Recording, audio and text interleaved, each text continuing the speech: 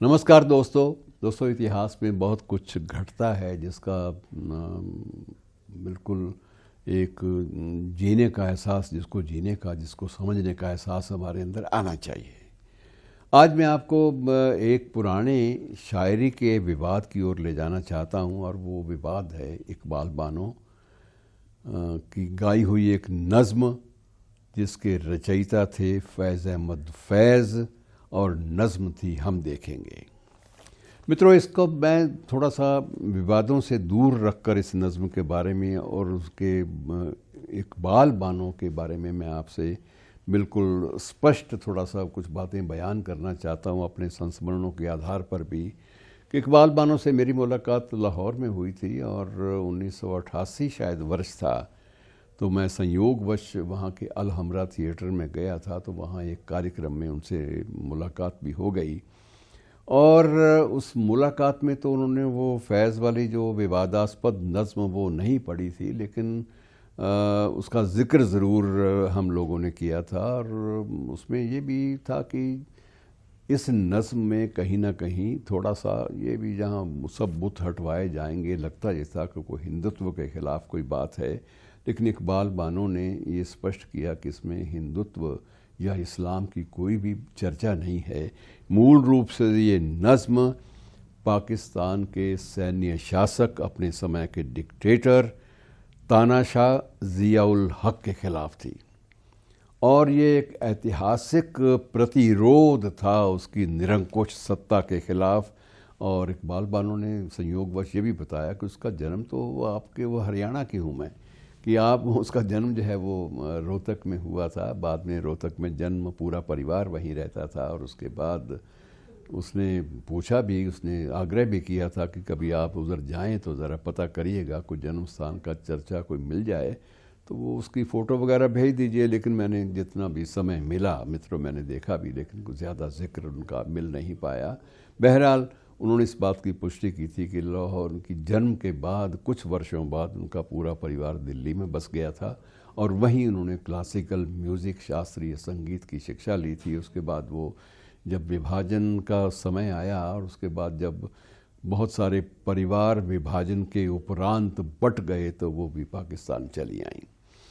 और उस समय मित्रों, मैं इस नज़्म के बारे में थोड़ा सा आपको मैं ज़रूर कहना चाहूँगा। ये 1986 में ये नज़्म, इसकी चर्चा में ज़्यादा आई थी, और मूल संदर्भ ये था कि 1979 में जब जनरल ज़ियाउल हक जब सत्ता में थे, तो उन्होंने दो बातें कही थी कि एक तो फैज़ वगैरह की शायरी पे प्रतिबंध, और दूसरा महिलाओं के लिए साड़ी पहनने पर भी प्रतिबंध।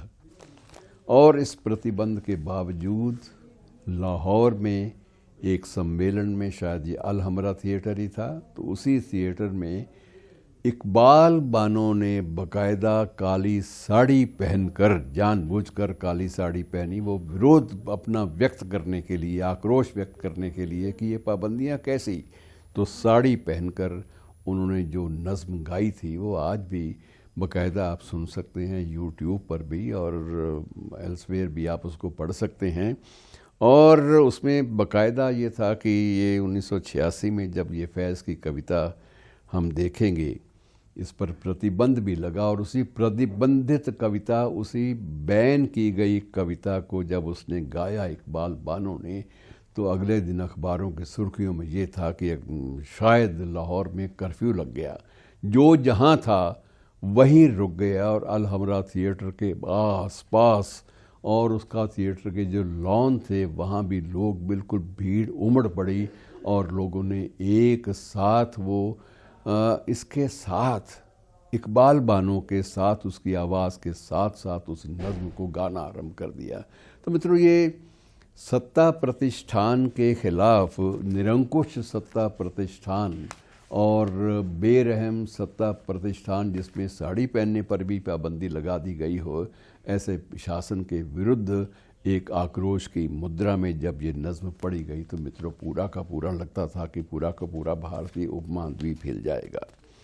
तो ये एक कार्यक्रम तो सरकारी था। सरकारी कार्यक्रम में ऐसी नज़्म का गाया जाना, ये एक बहुत बड़ी प्रतिरोध की घटना थी और इसे ऐतिहासिक माना गया। और उसके बाद बाकायदा कुछ बातों का विवाद भी चला। विवाद हमारे यहाँ हर चीज़ का बन जाता है, लेकिन सत्ता को चुनौती, निरंकुश सत्ता को चुनौती या साहित्य संस्कृति इन पर प्रतिबंध लगाने वाली सत्ता को चुनौती का काम इकबाल बानो ने किया था। और वो महिला अधिकारों का प्रतीक बन गई थी अपनी इसी नज़्म की वजह से। और बाद में फैज़ ने भी एक बार कहा था कि ये नज़्म अब मेरी कहाँ रही, ये नज़्म तो अब इकबाल बानो की हो गई। उसी के संदर्भ में इसको याद किया जाता है। शुक्रिया दोस्तों।